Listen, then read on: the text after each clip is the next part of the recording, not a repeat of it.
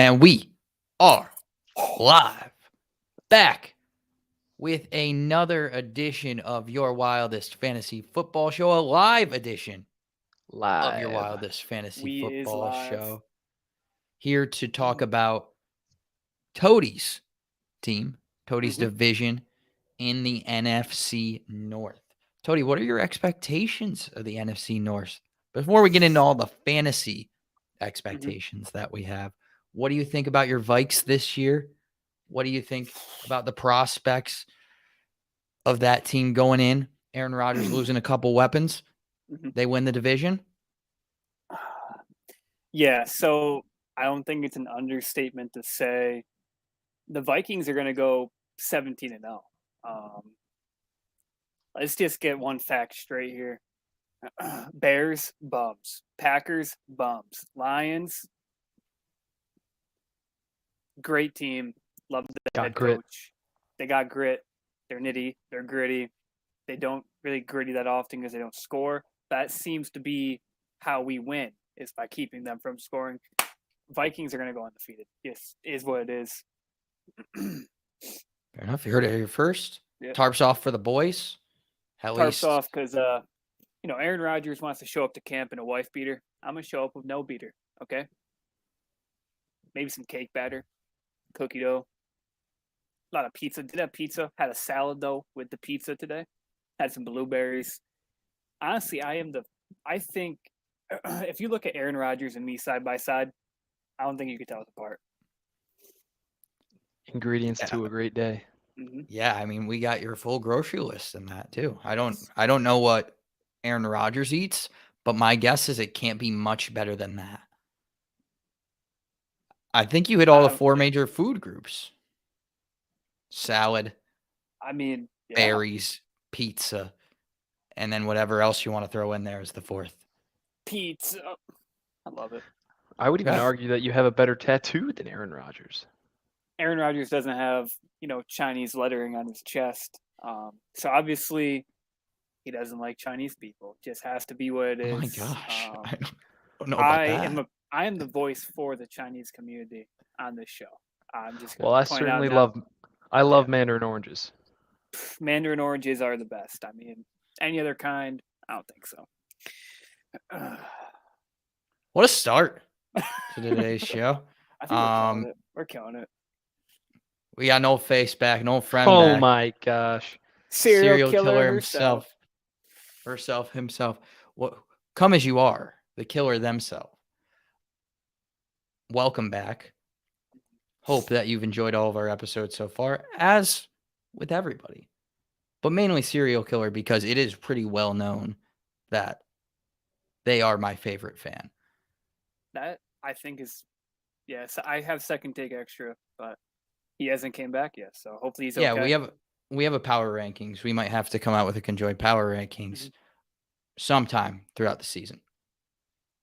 Let's get into some headlines before we get into all of the NFC North talk. Coming out of the AFC North, a couple big running back updates. Kareem Hunt requests a trade. Apparently, the Browns are not so happy to try to give it to him. They have declined, and we don't really know what's going to happen from here. They've said, we'll fine you. It's okay. You can do whatever you want. We're just going to fine you like $50,000 a day. That's not that bad. What are your guys' Pocket change. thoughts on how this is going to unravel? If Kareem Hunt's going to go anywhere, where do you think it's going to be? All that kind of stuff. I don't think they're gonna let him go. Um, he just has too much talent to just let walk out the door. So I think he's just gonna stay in Cleveland. I think they're gonna give him an extension. I think all he wants is more money. He is getting up there in age. He's kind of, running backs kind of hit 25, 26, 27. After that, it's just kind of downhill at an exponentially fast rate. So I think they're just going to try to keep him there. Yeah, Browns all the way, baby.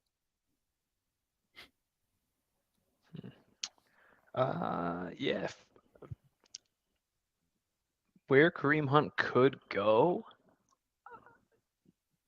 New Orleans? That's an interesting one. Because I mean, they're unsure with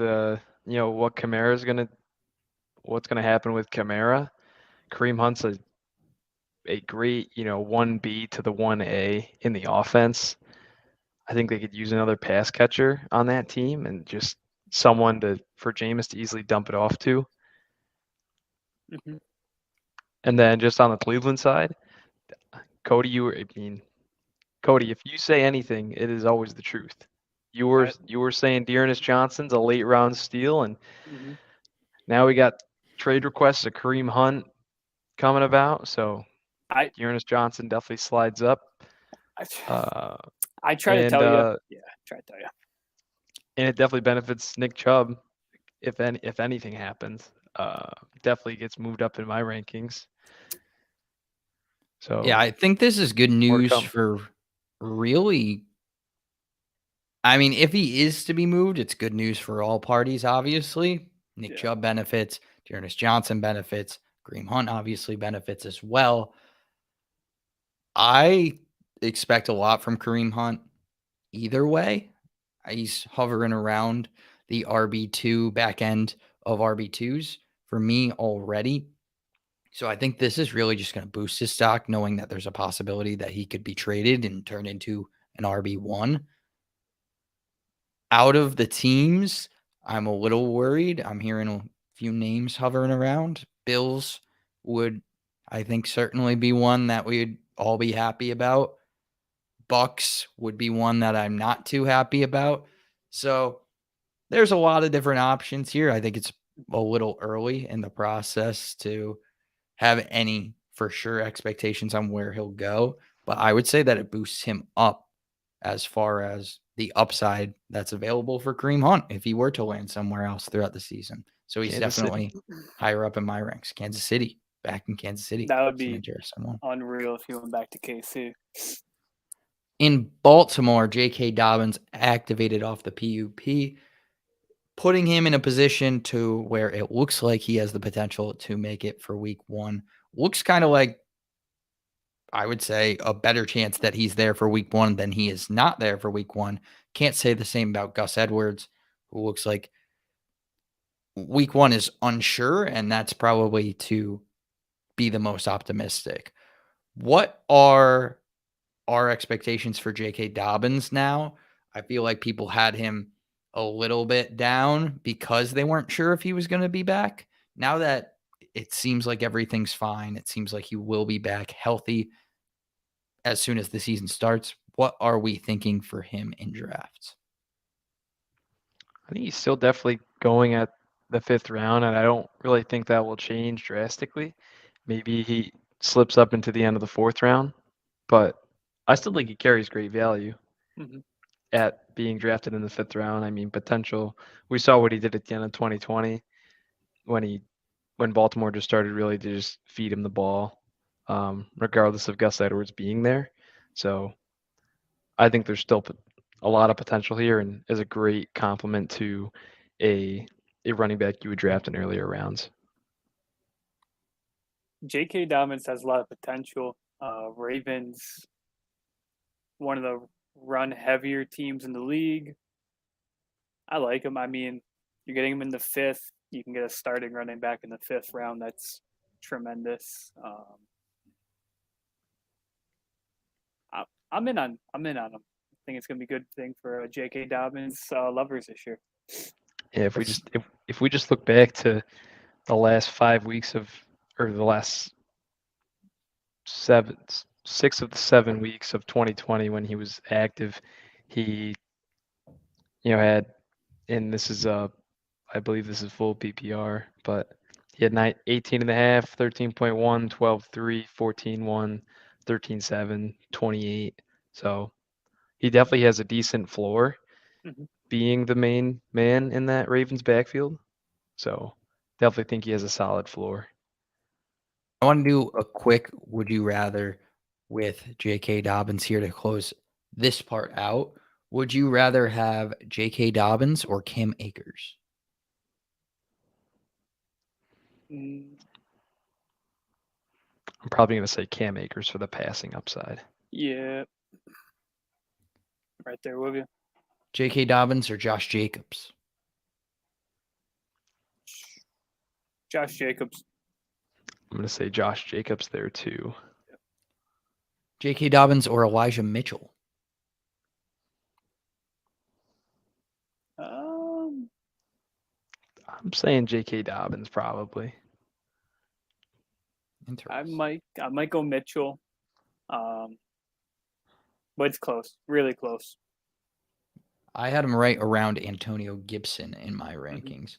And I think now at full health, I might move him ahead of Gibson. Okay. So, J.K. Dobbins might be on the rise. The last thing, I saw Goodell's comments before we got on about the Deshaun Watson news. We kind of talked about, or I guess I kind of talked about in our AFC North episode that I don't think Watson being there really impacts the fantasy relevant players, whether that be Amari Cooper, Kareem Hunt, Nick Chubb. I don't think it really affects where you're taking those guys. Maybe Amari Cooper, obviously the most, being the receiver in the crew. And I don't think where there might have been a chance for David Njoku to have a role or some of these other guys to have a role with Watson being there. I guess it takes some of those guys away. But the main players, I don't think it really impacts whether Watson's there or not. Goodell talking about a year ban seems like that's what the NFL wants. We don't know what the resolution is going to be there. I guess the conversation for us is more of, does this impact how you are drafting Kareem Hunt, Nick Chubb, or Amari Cooper? Amari Cooper, maybe slightly, maybe up, a couple spots. Kareem Hunt, Nick Chubb, no. Those guys are going to be, no matter who's going to be their quarterback, it's still a run first team. Deshaun Watson coming in, he's going to have to learn the playbook. I said this last time. I'm not going to doubt Nick Chubb and Kareem Hunt. Can't do it. We have a question from Serial Killer, and I don't like this question. I'm going to be very honest. Asking me in particular, what draft spot am I trying to take in my drafts? We, in our home league, have our draft order selection. Spice it up a little bit. We do a little bit of a, what is it called? Like a Christmas, Like Secret, secret, or no, like gift swap. Yankee swap. Yankee swap sort of thing. And I thought Serial Killer was someone that we may not know. As most serial killers are. They're often hidden quite well. They cover their tracks quite well. Has serial Hidden behind the killer does. mask. Yeah, with the mask there. And now I'm a little bit worried that we may know who this serial killer is. And if we know, then we have to alert the authorities. I feel responsible to do that. I mean, I'll answer the question. I think we can all, for the sake of the show, give a general idea of where, not saying number one, boom, that's the spot we're always going for. But I think we could all make an argument for spots we like. I mean, everyone likes the one spot, get the best player in the draft. You get the quick turnaround at the 2-3. You get, some really nice players. Pick 12, you get the back end guys, but you can get a great deal on them. I mean, a lot of people like the turns. A lot of people like the turns. Yeah, turns are great. 6 is actually pretty nice too. You don't really get sniped as much if you're in the middle of the draft. I mean, there's a lot of. It's hard to really. I don't know if there's a bad draft spot. I disagree with that. I disagree. What's a bad draft spot then? Like what probably would be 2. I don't know. The turns right there. I mean, I don't. I guess 1, I think 2, 3, 10, 11, 12 are kind of the turns for me. I'll And, give a like, little yeah. backstory into how I made my selection last year. And I did not choose the right guy last year, probably. But I mean, injuries are just a freak thing that happens. well, my guy was injured, but Mhm. still played a lot of the time. So I viewed last year Let's see. as there was, I believe, I thought that there were 6 tier 1 running backs in the first round. And I'm trying to find my ranks for last year while I have this conversation. But I put myself at 6 because I said that okay. I put myself at 5. I wanted to pick 5 because I thought there was 5 tier 1 running backs, and I was fine with getting one of those tier 1 running backs and then being able to pick in the second round and have the highest pick that I could. Mhm. So I think just going off of your tiers and where you think that where you feel comfortable with a guy that you're going to get, like how far you think realistically he can fall, and where you're not going to be dissatisfied with your number 1 first round pick, because that's probably going to be your most important player throughout the year.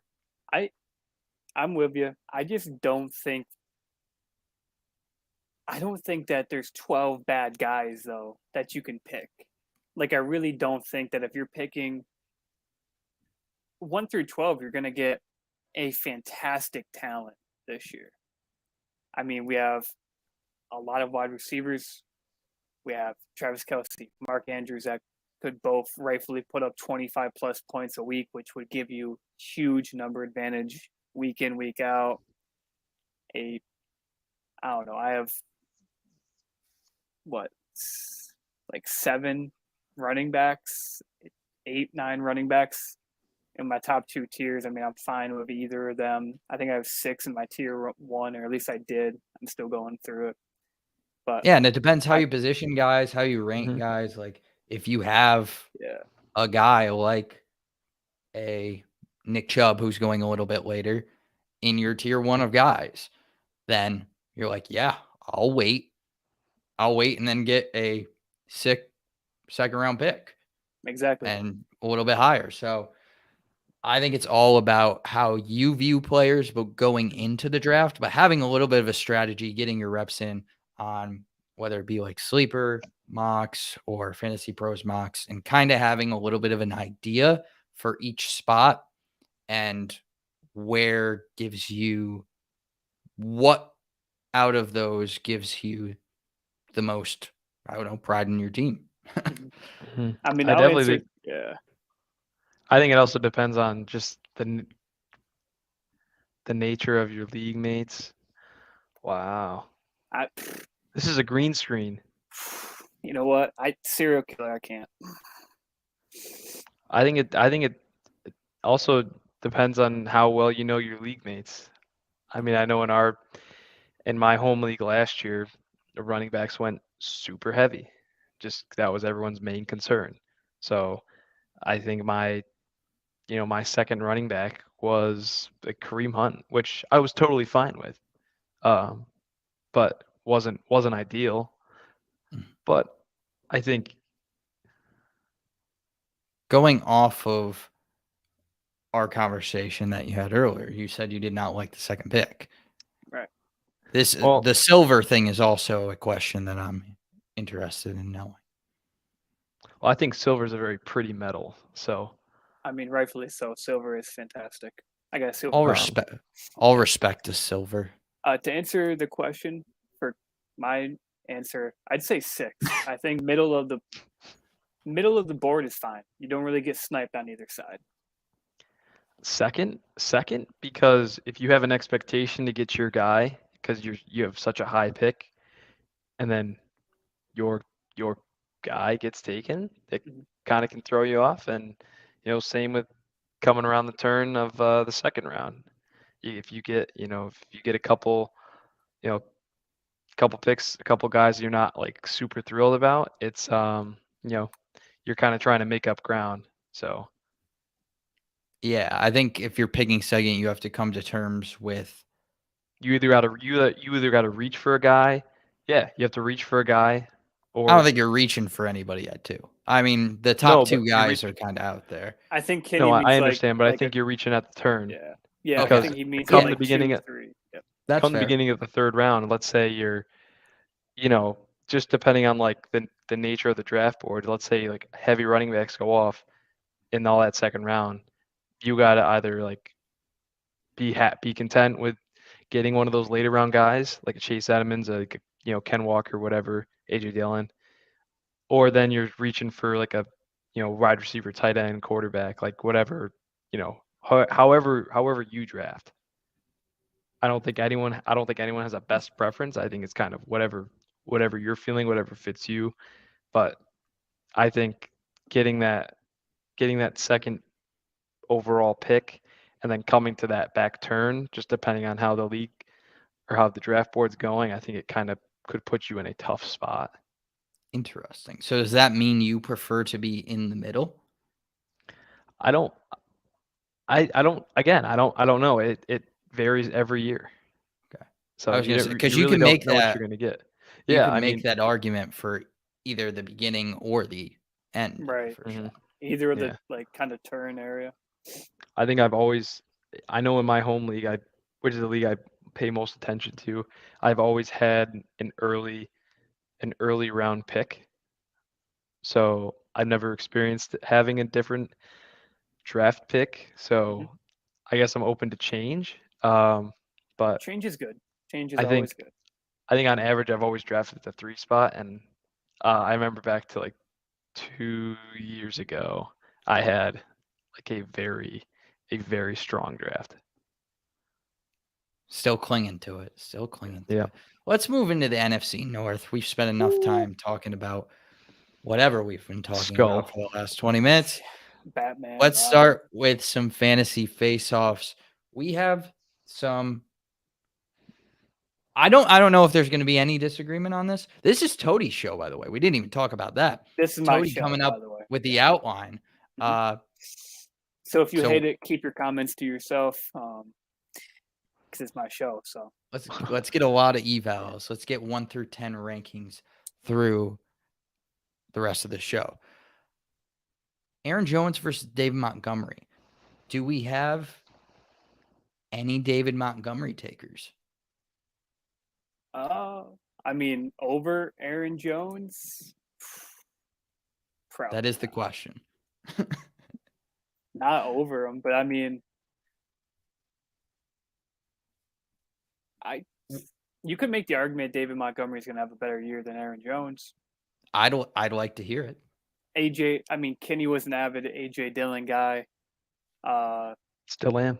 I mean, still is. But last time we talked, made me had to, go back, look at some Aaron Jones, some AJ Dillon, see how they kind of like share the workload. And we have to kind of remember, this is the first time they're playing without Davante Adams. There was a game, multiple games, where the defense would put 2, 3 guys on Davante Adams. And that was the game plan, was to, cover him, focus on Davante Adams. They don't have that anymore. Aaron Jones is now the focal point of this team. So I can see Aaron Jones having a down year. I can see David Montgomery having a productive borderline RB1 year. I can see that. I can see Aaron Jones slipping a little bit down to mid to back end running back too. I can see that happening just with the added focus on the run game, which is going to be happening for like the first time in his career. Yeah, Aaron Jones actually, I think that was my expectation going into the year. Was I had Aaron Jones a lot lower than I currently do, worried about kind of the same thing we're worried about with David Montgomery, right? That he is the offense, he is the guy that teams are going to game plan against and teams are going to fear. But looking back over his career without Devontae Adams. Are you Aaron checking Jones 2020? averaging per game. This is from 2017 to 2021.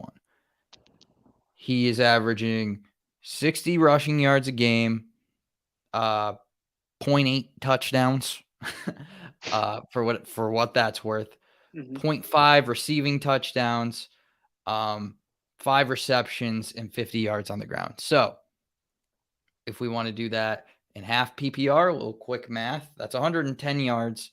That's a touchdown. So that's 17 right there. And then 19.5 with the 5 receptions. So he's averaging 19 and a half fantasy points per game in half point PPR, even more in full point. That's crazy. So But do you think that's because of a lack of a game plan? Like going no, into 'cause, like, no, I mean wouldn't like you going into the still- week, the defense is focused on Devontae Adams from the beginning of the season till then. Devontae Adams getting hurt, they have a whole different game plan that they now have to instrument on their defense. I'm saying that with a full year to like look at this Packers team, as we're going to talk about later, no wide receiver weapons. Aaron Jones, AJ Dillon, Aaron Rodgers. All 3 guys are going to be behind the pocket. Loaded boxes are going to be much more prevalent. They're not going to have 3 guys over the top to fight for Devontae Adams, cover him. I'm saying that with a full year, defenses, I mean, if you're going to say the defenses aren't going to like get smarter, I would understand that argument, but I just don't believe it. I think the defenses are going to be more apt to being able to stop Aaron Jones because he's not Devontae Adams. I mean, take it or leave it. He's not Devontae Adams. He's not that guy. The only thing that would make me kind of hesitate on that is there were multiple weeks. It wasn't like Devontae Adams missed one game and it was down to the wire. Like there were times where he missed multiple weeks in a row and Aaron Jones was still productive. So teams had a chance to game plan against that. I'm not saying that Aaron Jones is going to be awesome, like take him in the first round. I certainly won't do that. But for where he's going right now, I think that if my computer will let me click on it, running back 11, I think that's very appropriate. And decently ahead of David Montgomery in the debate that we're having. Mm-hmm. I think it would be more of a question if we weren't talking about Aaron Rodgers versus Justin Fields here, especially, I mean, we see, I'm looking back to 2020 when Devontae Adams was out for an extended period of time, and those first 5 games, Aaron Jones had 16-6, and that was week 1 when Devontae Adams like went off against the Vikings. And then Aaron Jones had 45.6, 16.6, 22.1, and then 13.1. So in games where Devontae Adams has not been active and has been out, we have seen a massive uptick in Aaron Jones usage. And they still had Jamal Williams there too. So, they were still feeding him the ball a pretty decent amount throughout the game. And we still saw Aaron Jones very prevalent in that offense. So let's get into more of the David Montgomery. We did like a little bit of a breakdown on Aaron Jones there. Let's focus towards Montgomery. Is it that we don't like Montgomery this year, or is it just that him and Aaron Jones are in kind of different places or different tiers for us? Would you be okay getting Montgomery and say he's going 39 right now, so getting him at the top of the 4th round? I'd be very okay with that. Yeah, I mean, I'm okay with that. I have David Montgomery in my 2nd tier, right below Aaron Jones, but that was before I was going to change everything. But I might have to move David Montgomery above Aaron Jones. Every time I do my rankings, David Montgomery goes up, Aaron Jones is falling down. I understand that like Aaron Jones is getting drafted early in the 2nd, Dave Montgomery's, you can pick him up in the 4th, so you could get both these guys on your roster. I just think Dave Montgomery has he's had fantasy relevance while being on a shitty team with porous wide receiver efforts and extremely porous quarterback play. But Aaron Jones is going to have to do that for the first time. I just think that they're,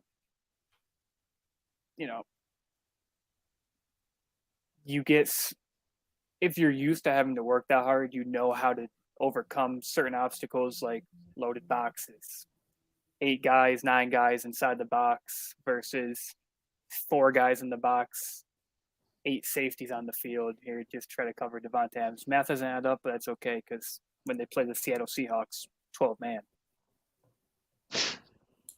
I mean, I just like the younger guy. Dave Montgomery is my dog. To me, if I had to pick one of them, I'm picking Dave Montgomery. Interesting. Are you younger, taller, and heavier? My question more of a workhorse. is if you had to pick between one of these guys, like you were on the clock, ADP isn't considered here. You're just choosing between Aaron Jones and David Montgomery. You're taking David Montgomery. Yeah, I'm taking David. Okay. Let's move into receivers a little bit further down the board. You'll have to make this decision between some NFC North wide receivers. Maybe you're just really into NFC North guys, and everybody has a type, so that could happen.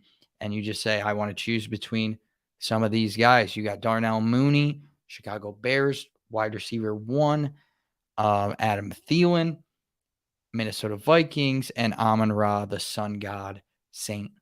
Brown of the Detroit Lions. Amon-Ra was winning people leagues last year at the end of the year, going off. PPR machine.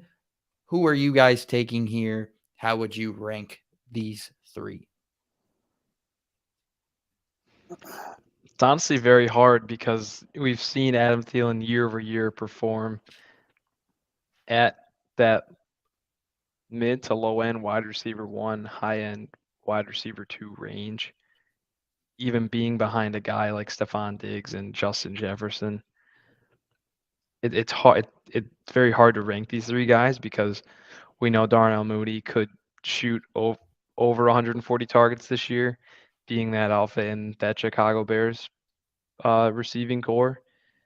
And you have a guy like Amon-Ra St. Brown who is still going to catch a lot of passes. I don't know if he'll be as relied on as heavily as he was toward the end of the season last year. They signed DJ Chark, DeAndre Swift's healthy, TJ Hawkinson's healthy. We don't know anything about Jameson Williams really. But we know there's that many more mouths to feed, and that target share is not going to be there. So I think for me, it's probably going to be. I hate to say it because I'm high on Amon-Ra St. Brown, but probably Adam Thielen, Darnell Mooney, Amon-Ra. Wow. I did not expect to hear that answer. All right. I'm very interested to see what Todi says here. I'm right there with you, Kenny. Right there with you. Fair disclaimer. I'm not hanging my head if I don't get one of these guys. So you have them all kind of around the same area. Pretty much. I mean, that's like where their average ADP is. So I think Adam Thielen rises. But it's interesting. I mean, reports are saying they want to use him more in the red zone. So, I mean, I feel like he's already been like the biggest red zone threat on that team for years. So how much more involved can he get? Like a Cooper Kupp-ish type range? You never know. I don't think it's out of the question for Adam Thielen. No. To do that. I mean, even before he got hurt, he was like wide receiver 7 last year. I think behind Justin Jefferson. Yeah, I mean, he had 10 touchdowns in the 14 weeks that he played last year. And it's not like it's not like a thing where we talk about touchdowns a lot and we're like, oh, they got to regress to the mean. Like Adam Thielen has consistently been a touchdown machine. He's not He's regressed. just always delivered on that. He's he's like the least similar to Mike Evans that you could be physically, but he's also the only one outside of Mike Evans that you're like, yeah, he's going to score like 10 touchdowns just because he's at the, which is nuts. I currently have Amon-Ra St. Brown. I'm going to revoke Kinney's Sun God card here, and I will gladly take it from him. I love to hear it. Because I have Amon-Ra as my top guy right now. I don't know that will be when we do wide receiver rankings in 2 weeks. He's one spot ahead of Adam Thielen at Amon-Ra 26, Thielen 27. I have Mooney at 32. So they're all in the same tier. I would probably say Amon-Ra is going to be your he's going to be your like PPR guy. He's going to be your reception guy, and that's kind of what you're going to have to rely on more so from him. And I think early on in the year, he's going to deliver with Jameson Williams out. I don't think there's going to be too much of a difference. He's still going to be the number one target, especially in the part of the field that he operates, and DJ Chark does not change that any. When Jameson Williams comes back, that might get a little bit more complex. We will see. But we talk about camp chatter and a lot of good things coming out about Amon-Ra St. Brown as well.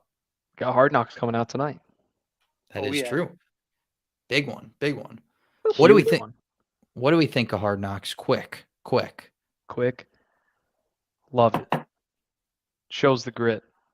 I think just in the preseason, it gets you excited. going. It gets the blood pumping. Yeah. To all the right places. Speaking of blood pumping to all the right places, we got Aaron Rodgers. We got Kirk Cousins.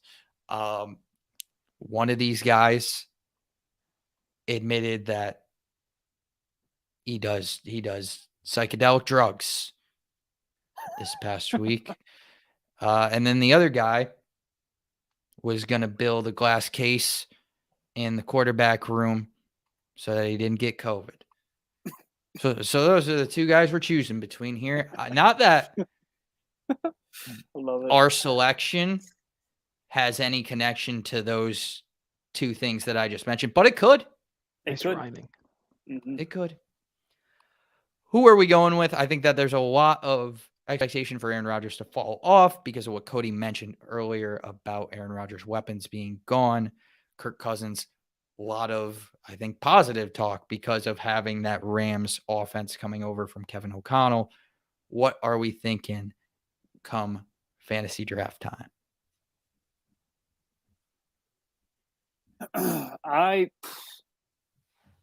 I love it. I mean, both of these guys are. What do you just love it? You like that? You like that? I love the analogy that Kondo said about DMT from Aaron Rodgers or Glass House from Kirk Cousins. I got them ranked right underneath each other. I got Aaron Rodgers at 12, Kirk Cousins at, I think, 13. That's going to change by next week. I did all these like a little bit ago, but. Speaking of underneath each other, just while we're on the topic, Serial Killer did give you a rating so far, and it seems like you're doing pretty well. Nice. Thank you, Serial Killer. Yeah, I think Kirk Cousins has the weapons this year. I mean, if you look at Green Bay and then compare that, like their offensive weapons to Minnesota, it's no comparison. I mean, Aaron Jones is comparable to, Dalvin Cook, but Justin Jefferson and Adam Thielen or Smith, Green Bay doesn't have anyone that can compete with those guys. So I think just based off that, Kirk is going to have the better season. Both of these guys are fringe must drafts for me.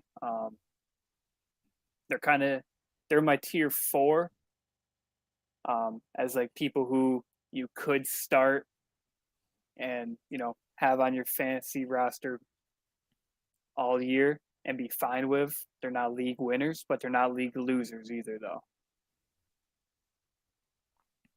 Yeah, I have these guys ranked about the same. They're my 13 and 14, with Aaron Rodgers getting the slight upper nod. Both of these guys aren't giving you rushing upside, which is why they're ranked lower for me. But I think you're getting consistent quarterback play here. I think we know Aaron Rodgers is going to deliver, regardless of who's out there. He will find a way. It's Aaron Rodgers. So I think Kirk Cousins also I think he has better weapons. But it's also Kirk Cousins. So I think you're getting consistent play, but you're not getting, a 20-point week over week with Kirk Cousins, whereas with Aaron Rodgers, I think you're getting a higher floor. So that's where I stand with these two. Again, I think they're pretty interchangeable, but you're not getting rushing upside, which is why I am less high on these guys compared to other guys. Yeah, I don't have too much to add because I literally have the same exact thing as Kenny. I got Rodgers 13, Kirk Cousins 14, still in the same tier. The only reason that I put Aaron Rodgers ahead of Kirk Cousins is, of course, because of his hallucinogenic drug use. True or false? This is where we have a few statements and we say whether they are true or false. Pretty self-explanatory. Justin Jefferson. A lot of high expectations for Justin Jefferson. He's one of the best receivers in football. Might cement himself this year as the best wide receiver in football. Should he be the number one wide receiver drafted, though? I'm okay with it.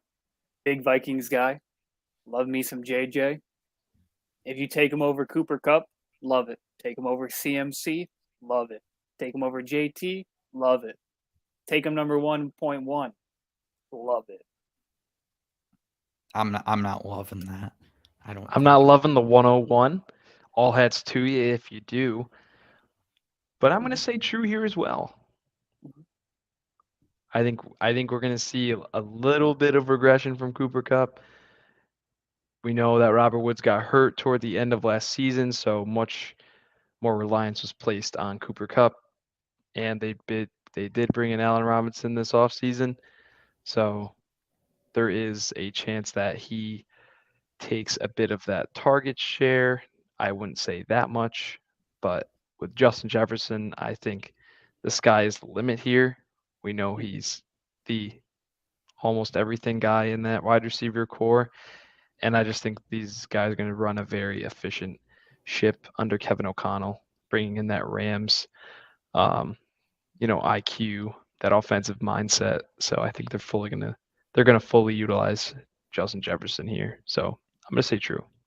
Yeah, it's that Rams lineage that's coming over to Minnesota that I think is part of what's boosting up Justin Jefferson, thinking that he can have that potential of the Cooper Kupp that we saw with Kevin O'Connell last year. I'm fine with it. I don't think I'm going to object to it. I was heavy. Justin Jefferson should go ahead of Cooper Kupp for a while. But looking at the numbers and just seeing Cooper Kupp scored 67 more points than any other wide receiver last year. Like, even if he regresses a good amount, 10%. He's still going to be he's still the top guy. Yeah. I don't have a huge problem with it, but looking at that, like, it's tough to go against Cooper Kupp in any kind of situation. But if you took Justin Jefferson at the third pick overall as the first wide receiver, I think I would be okay with it. Now, I do have a question for the two of you. Okay. It's a two-parter, so Kenny, keep it up. Part one, how many running backs that were drafted in the first round last year ended up getting injured? That's a good question. And then I mean, second, are you? I have a follow-up to your follow-up. Mhm. I have a follow-up to your two-parter. Okay. I'll say the second part of my parter, then you can say your parter to the parter. Well, I All think right, we go should for start it. with Kinney's parter, get the first question done, and then go into the second question. Okay. Are you talking Part- about running backs that were out for the whole season, or just Running out backs that a missed couple games?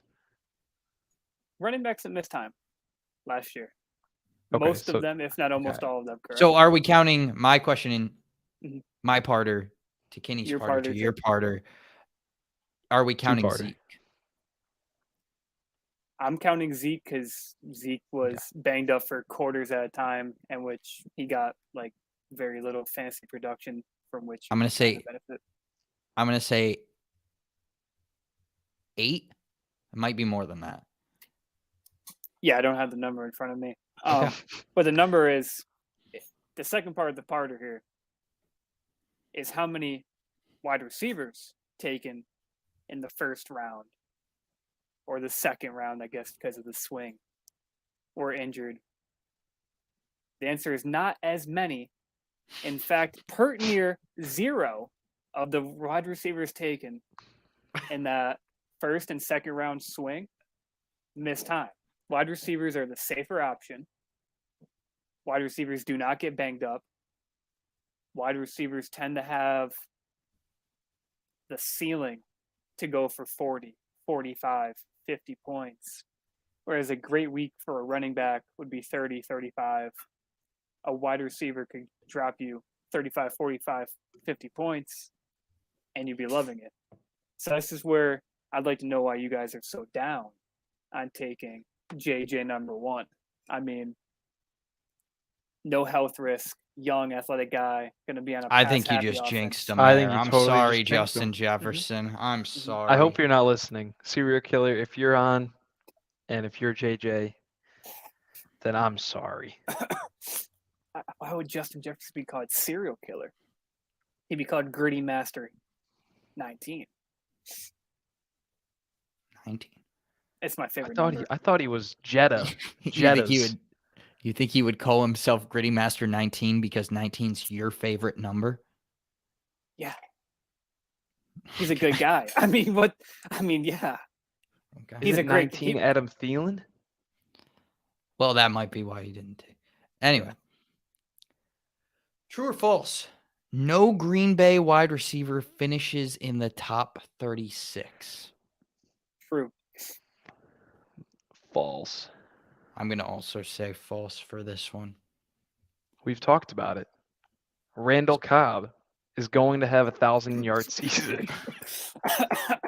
Somebody is going to do fine. I don't know Yeah. if I'm going to say do well, but someone's going to do fine enough to be a wide receiver 3. I just don't think we have any clue who it is. I would agree. I mean, I'm looking to see yeah. who the wide receiver 36 was last year. I could probably tell you. It was Brandon Ayuk, actually. I'd take Brandon Ayuk over any of these guys. I would. Well, what about the wide receiver 35, which was Van Jefferson? That's ugly. That's ugly. Well, I don't know. Right? I mean, right now, looking at it, Alan Lazard is the highest ranked Green Bay's wide receiver. He's at 40 right now. The guys above him and around him, Garrett Wilson and Elijah Moore, right below him. Christian Kirk, Rashad Bateman, Devontae Smith, Drake London. That's 39 through 36. I like those guys more than like Alan Lazard. Did I hear a Romeo? Dubes. Is it Dubes or is it Dubs? Dubs. I don't know. Romeo Dubs is a sick name. I would expect that guy to do well. If his last name's Dubes, then I don't know if I would take it. Dubes. So, Kenny, He who ran do a you 40. think is? Do you have a guy in mind that you think breaks the top 36, or do you think that we don't know who it is? I need to check you guys can fault me on this, but I usually I'm the depth guy. I think on the show, I think I ripped off about 6 Falcons receivers. No, I think we do see a top 36 Green Bay receiver. We've seen Alan Lazard perform when when Devontae Adams has been out, and I think one of these rookies is going to have potential. We even got Sammy Watkins. Nobody's talking about Sammy Watkins. No one's talking about Randall Cobb or Amari Rodgers. Or Samori Torre. Well, I don't. Malik Taylor. There's plenty of guys there. Yeah, they can keep naming off names. You know what? I think you guys have changed my mind. I mean, these guys are all certified studs. Take them in the first round. Forget JJ 1.1. Give me these guys. Give me Alan Lazard, number 1. Give me all of them. I mean, you know what? I got an even better question. Why not just draft strictly Green Bay Packers team? I mean, Aaron Rodgers in the 2nd, Alan Lazard in the 1st, Aaron Jones in the 3rd. I mean, we could really make this happen. I'm just going to say, I don't think anybody saw Amon-Ra coming out of Detroit as I did. wide receiver 21. And like Marvin Jones was wide receiver 34. And I might have seen Marvin Jones catch 2 passes the whole year. So I just don't think that in an Aaron Rodgers-led offense, there's going to be that big of an issue completing passes. I think the Packers would have to be very bad for that to happen. Yeah, I just have no clue who it's going to be. That's the thing that's dragging down ADP, I think. My thing's not that I don't think Aaron Rodgers can't make it happen. I think the problem is I think all these guys are equally talented, or lack thereof, but equally talented based off their peers on the team. So I think Aaron Rodgers is going to have to distribute it across the board. So they're all going to be moving up together. Whereas I don't see one guy making it to my top 36, and I'm going to feel good about it. I could see a bunch of them, as wide receiver 4s, 5s. I could see that as like a group, but I can't see one guy skyrocketing above the rest of them right now. But that's an interesting argument for sure. We still have I think something that yeah. could be very realistic. I think to close that up, I would say don't invest anything definitely valuable in a Green Bay wide receiver. If you want to take a shot at one at the end of the draft, do that. But don't invest a pick that has value into that. Or this is where it's your league. Where Cody's show. I want to make that known. Just kind of gets mean. I don't know that I like it. Is it mean though? If it's just a question. I would say it's a little mean. I'd say it's mean. I will defend myself here. I was the most avid Lions supporter last year. I don't think that's true. Were you? I said that they had the grit. They were in the games. A couple of close calls. They were right there in the grit of it right there. Okay. So serious passion there. They were. Can you do that? Can you explain how into it they were, just with that voice again? I can't do it. Are we getting the honey badger out for this conversation or what? Oh. I don't think that episode's aired yet. It has not aired yet. More to come. A little bit of foreshadowing. A little foreshadowing for the folks out here, but honey badgers do make an appearance on the show. Just so everyone knows. I mean, I love them. I love the Lions. I really do. It's just the back half of the season, I think they got better as a defense, but the first half of the season, it was rough. As the number 1 Lions fan of all time, I think I'm qualified to say it was not pretty. Okay. I don't think that you are the top Lions fan of all time. Because I think I am the top Lions fan of all time. I don't know if I'm a Lions fan as much as a Dan Campbell fan. I'm a huge Dan Campbell guy. I'm a big Jamal Williams fan. A little behind. Jamal Williams was crying the other day. That was the strongest thing I've ever seen somebody do. Like, that was the most intimidating cry that I think I've ever seen. I was kind of terrified. That is true. I had to stop watching it. It was motivational. I I sent had Kondo a nightmares. It kept me video. up last night. Yeah. I sent Kondo a video of Dan Campbell, and I said I will literally run through a wall for this man. Who wouldn't? So, crazy people. But I don't think it is an over exaggeration to say that the 32nd ranked defense last year could be outscored by 150 points. I don't think that's that crazy. I think the first thing we have to do is figure out if they were outscored by 150 points last year, because I think they've only gotten better, I would say. So that might be the first thing that we have to find out. If we have anybody on that, I'm also looking I'm right it up. here. I'm here. So I'm it's here. It was the close. No, wrong, Cody. I think it I was. didn't What say was it? they One, did. I just said I think they could do it again. That's what I said. was it 140? 142. Okay, 142. Yeah, then they're definitely not going to. Okay. You guys are clearly saying false. I'm saying Yeah, that's false. they could. Cody, I have a question for you. Do you think the Giants or the Lions are a better team this year? Giants. Giants were outscored by 158 points last year. Yeah, you said this year, Kenny. You didn't say I'm who got I'm outscored just- the most by last year. I'm Okay? just saying. I mean, who got outscored more in 1963 Mud Bowl? Okay, the Coon Dogs or the Gators? I mean, were you there? We don't know. I'm just shook. I don't even know how to respond to that. I mean- don't think you should. I don't think I should. Who was the capture the flag champ back in 08? I mean, green team all the way. So, what you don't know, you don't know. I'm colorblind, so we got to move on. Green is this color. It's right there too. Right. Right. This one, I think it's a little reverse psychology. I think you put it in here. Justin Fields is a top 5 quarterback just so that people would say false. So then you would feel better about your take that Justin Fields is bad, which you have said, I think, more than I can recount how many times that he is basically the worst. I never once said anything untrue about Justin Fields.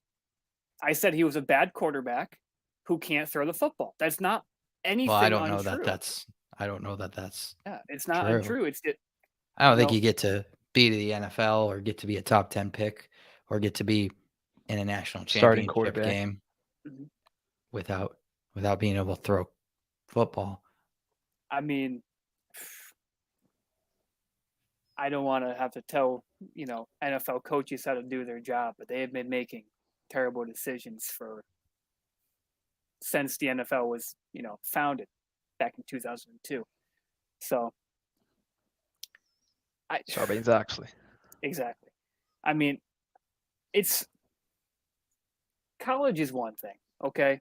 You play at a big school, you have great, the top of the line players, everyone wants to go there, and then you go beat up on these, D3 schools. Like Clemson.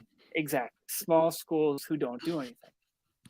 I'm not a big Clemson supporter, so I mean, you just helped me out here. But you're playing all these bad schools, you look really good. College rules are different than the NFL. College corners are not NFL corners. I mean, the list goes on and on. Ohio State, I mean, they're known for just paying off the refs anyway. I mean, scandals out the wazoo for this team. So there was no surprise for me really when Justin Fields came in here and he's, going 13 or 6 for 13. I mean, 6 for 20. I mean, the dude is just throwing needles like into Arkansas and they're trying to find it. I mean, the dude is just lost right now. I think you're giving him a compliment, saying he can throw from Chicago to Arkansas. I didn't say you could throw to Arkansas. I said through it. Because it's a needle, so needle. I'm still taking that as a compliment. Okay. I mean, you could take it either way you need to. But yeah, Justin Fields getting drafted too high. Too damn I don't high. know that he's getting drafted. I don't know if it's getting drafted. I think he might mean in real life. I don't know. Fantasy football. It was Where like is he going? I can't. Oh, he's QB 19. He's getting drafted at 163, which is about undrafted. he's been going down. Started the what was it, 2 weeks ago? He was right up there, ahead of or right next to Kirk, right below. Right above Tua, above Deshaun. Of Tua. He was above Tua at one point. He was up there because he was going off the board as quarterback 13 in a bunch of my mock drafts. Wow. Yeah. So I just gotta hear. I can tell you they shouldn't be doing that. I don't know that's entirely his fault though. Like that's kind of the argument that we had all of last year. Now, is Justin Fields a top 5 quarterback? Not yet. It's More true to or come. false. It's true or false, Kondo. True or false? For what question do we have? You said for the Lions, could they get outscored by 150 points? You said they could. So true. They will. True. Get outscored by 150 points. Then they could, but not currently. So false for now. Okay. False for Kondo. Correct answer. Kenny. He's not a top 5 quarterback. Now, he's also in a bottom 32nd position as a quarterback with the roster around him. I'm a little worried about the new regime too. You have all these guys that are already complaining. Roquan Smith just talked about wanting to get traded. I feel like there's been some other rumbles around there. And then year 2, he gets no offensive line help, actually loses his best offensive lineman now with Kenny Steelers, James Daniels, and no wide receiver help. Actually, they had Jakeem Grant just got hurt. Mm-hmm. He's on the Browns. Okay. Well, then I'm wrong. You're a little. Oh no, they have N'Keal Harry who just got hurt. N'Keal Harry just got hurt. Yeah. Yep. They lost Tariq Cohen. They did. R.I.P. Yes, they did. T's and P's to everybody there. But yeah, like he's in the worst situation. I don't think Justin Fields is going to show us. I don't think he's going to prove us wrong here today, this year. But you wait until he gets traded to a team with some sense, or the Bears defy me and are good. I'm going to say false here. Okay. So, Kondo, I do have a question for you. Okay. Baker Mayfield. What when he was drafted into the NFL, do you happen to know if he was, a top 3 pick per se? The number 1 pick. He was the number 1. So top 3. True. Thank you. I love you. But we've given up on Baker Mayfield being a good quarterback. No, I have not. No, I don't think. I think No. the Browns have. I have. All right, you have Nick Chubb, Kareem Hunt, OBJ, Jarvis Landry. You have David Njoku. You have 3,000 tight ends to possibly throw to over there. You have a great O-line. And you underperform year after year after year after year. Eventually, you got to get given up on. He got gave up on. I don't know about year after year after year. I think he was playing through a significant shoulder injury last year. As many receiving options that he had last year was the same amount of injuries that were just decomposing his body. Okay, so decomposing is probably not the right word there, but so you're saying 2020 he was healthy? I think they were very good in 2020. I think Baker had a great year for I think the Baker. Freddie Kitchens, I don't know what season the Freddie Year one of Kitchens. Kevin Stefanski. Okay. That was the Kevin Stefanski COVID game, the playoffs. Killed the Steelers. We're that close to being the Chiefs. Some say should have probably beat the Chiefs. It's an every other year thing with Baker. It is. So this year he's going to be awesome. Maybe. I mean, you have He's got a CMC. new team, fresh start. He still hasn't, solidified the starting spot over Sam Darnold. That report hasn't come out yet, so that's always good. That he's still impressing.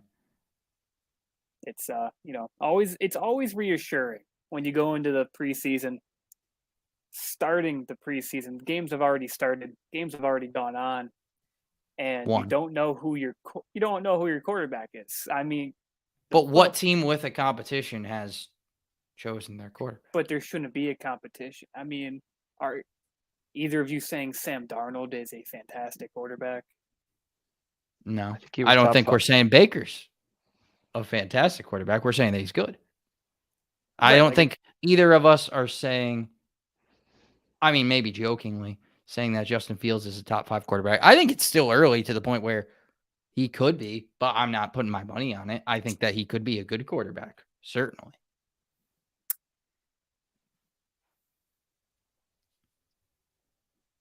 He doesn't like it. No, does not. No, he's like just a face of disappointment. Just stewing in it. He's ready for. He's ready. Dad, this is gonna haunt him. I mean, this is just rough. I mean, I feel like we didn't answer any of Serial Killer's questions. I mean, I feel like I let down. I feel like I let down the fans here today. I think we answered all of them. Do we have any questions in the comments? Nope. Serial Killer's still with us? Cover. I don't know. Loved Adam. Loved Adam Thick. Adam Thielen, I believe that was. All right. Adam Thick is going to be the new name for Adam Thielen. I love it. He was that thick. And then he gave you your score. I mean, what? I think you did. I think that's an appropriate grade for today. I'm already shirtless, baby. Wow. What more could the people need in life? I mean, I think that might have earned you the score. Thank you.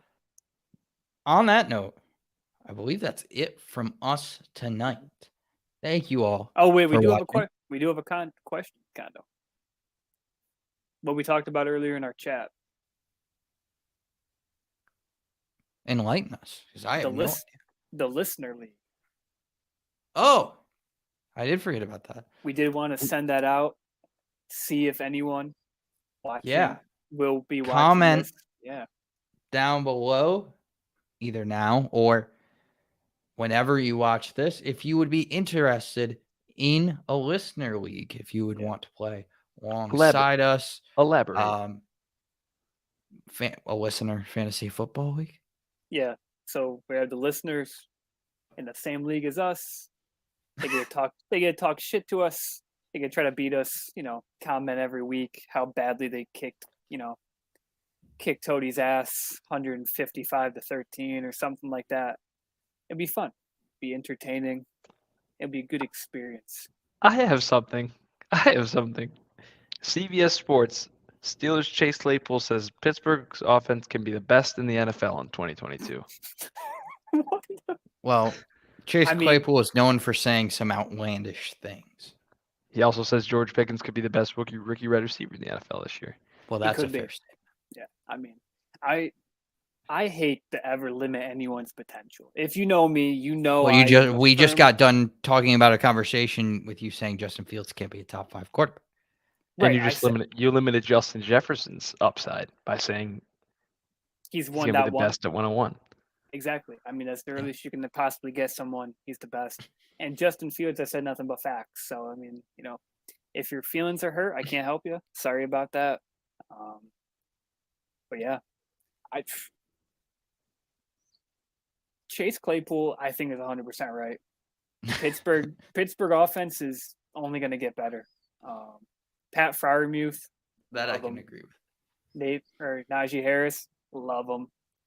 Chase Claypool, admire him, look up to him. Actually, he's a little bit taller than me, so I have to. It's an interesting topic for discussion because some could say, could it get worse than Big Ben's last year in Pittsburgh? Well, that's not what he said. He said they could be the best in the league. Exactly. No, but Todi said they could be better, which I agree with. Yeah, I agree. They could be better. Yeah. I'm all there. I mean, you got to be proud of your guys. You got to back your boys, just like Todi is doing today with the tarp off. That's just what Chase Claypool is doing by saying they can be one of the best offenses in the NFL. No, not one of the best. The best. Yeah, no matter how much they're the greatest. Deep down, he knows that to be false. I don't think he does. I think he's still got to go tarps off. No matter how much Todi knows that the Green Bay Packers and Aaron Rodgers are just going to destroy the Minnesota Vikings, still got to go tarps off. We have a question. Just a respect thing. We have a question.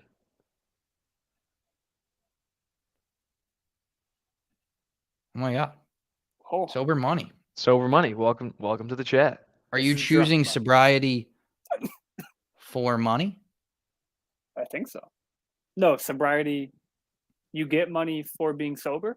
Sober money. Yeah, that's what I'm. Right. It's like thoughtless. I say that I respect that choice. I think that's probably the healthy choice. For sure. But how much money are you getting for being sober? And is it like a time period? Like every day? I think it's more just this man's a grinder. A straight 9 to 5, 40-hour week. I don't even know if it's 9 to 5. I think that he's trickling some probably overtime. Working nights. That probably contributes to making it a little bit easier to be sober. I think it's a lot easier to be sober at night. I would agree. Maybe it's a cop. Get sober, make money. I respect the heck out of that. Yeah, that's true. When you're drunk, you spend money. Andrew Tate's cousin. Nice to meet you. Yeah. Andrew Tate. Who's that? He's big. That's a wild question. Big on the internet. Wow. Yeah, I feel like he's everywhere. Andrew Tate. Maybe sober money too. I don't know. I don't know who Andrew. Whatever. Has some interesting thoughts. Let's get back to the main question though. Yeah. Would you guys trade Aaron Jones for AJ Dillon in a second round pick 2022? Dynasty PPR, I have Aaron Jones currently. I think the first opinion has to come from our biggest Dynasty guy in Kenny. Mm-hmm. Yeah, I mean this is interesting here because we know they brought in AJ Dillon a couple years ago. He has slowly increased his carry share, his target share, year over year. We know that Aaron Jones does have some durability concerns.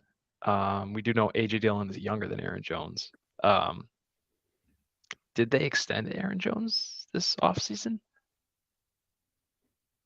Aaron Jones' contract is up in 2025. Okay, so they're going to have him for a while unless they trade him. But there is a potential out. There's a but. In 2023, they tackle or take on $10 million in dead cap. So, I mean, I don't think this is a bad trade by any means. I don't think you're losing. Second round pick 2020. I think that means 2023.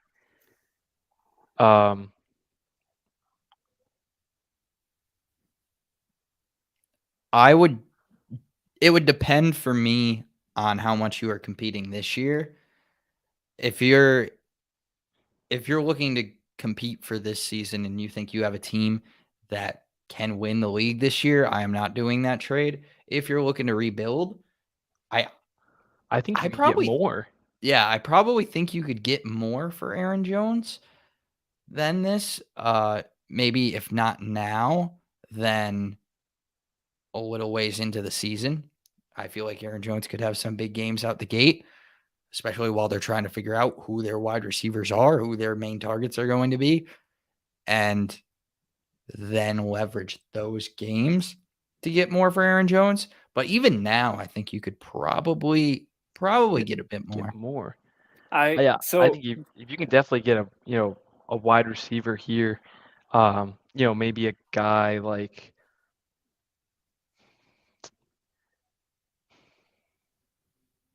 it's hard.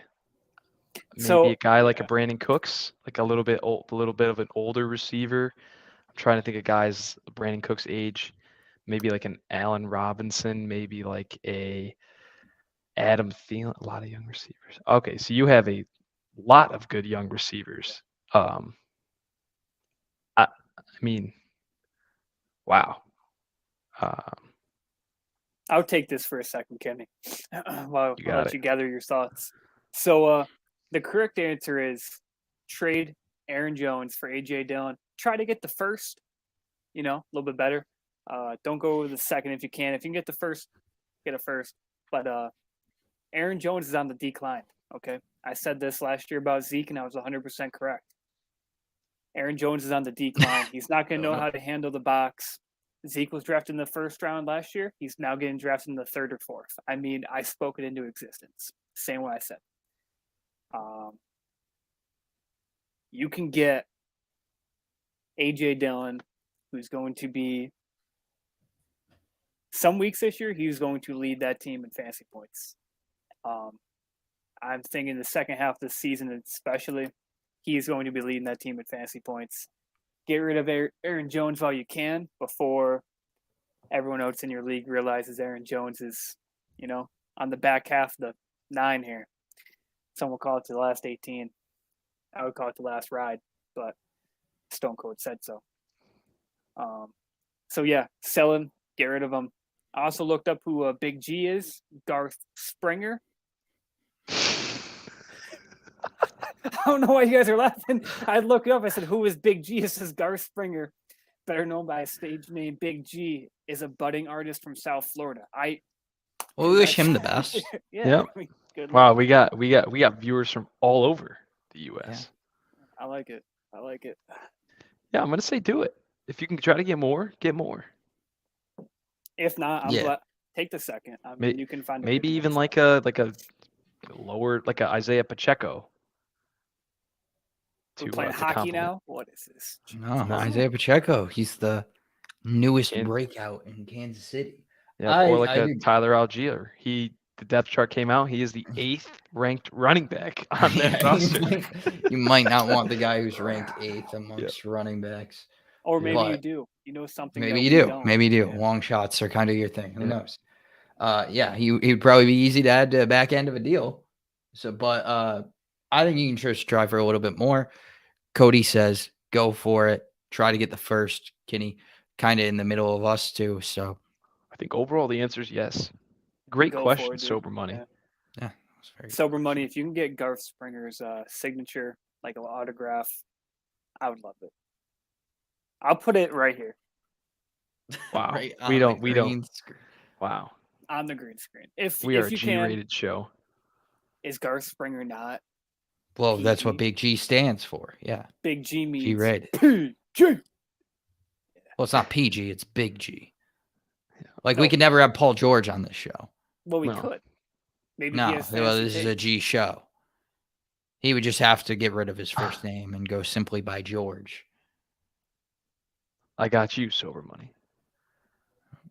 PG is on the case. I don't. I hope he's not. If he's on a suitcase, I hope that. Dirty. I mean, I hope. Just be safe. Honestly, that's what I need. No problem, Sober Money. Thank you for the question. Yeah. Sober Money, would you like to join a listener league so you can talk shit to Kenny Kondo and get absolutely railed by me? Wow. That's a heck of a proposition. But I think that's it for us today. Thank you all for joining. Thank you all for the engagement, the questions. We love that as always. If you have more questions, feel free to throw that in the comments because we will hopefully respond. Make sure to follow us on Instagram at, I think I got this backwards one time, YWF Yep. Football. on Instagram. Throw us a follow. Engage with us. It sounds kind of sus. Yes, I would say that's probably how to describe our show is sus in a lot of ways. But yeah, whether sus or not, we hope you enjoy it, and we will be back Thursday. Yeah. To talk about, I believe it's the NFC South. Tom Brady, Tampa Bay Buccaneers, Chris Godwin. A lot of history there. A lot of history down south. A lot of history. Well, a lot of history in Tampa Bay. A lot of history in Tampa. Yeah, we'll be back. We'll see y'all then. We will be back live a week from today. Yep. Talking about our fantasy running back rankings. That will be a very exciting episode as well. Oh, yeah. We'll see you all on Thursday.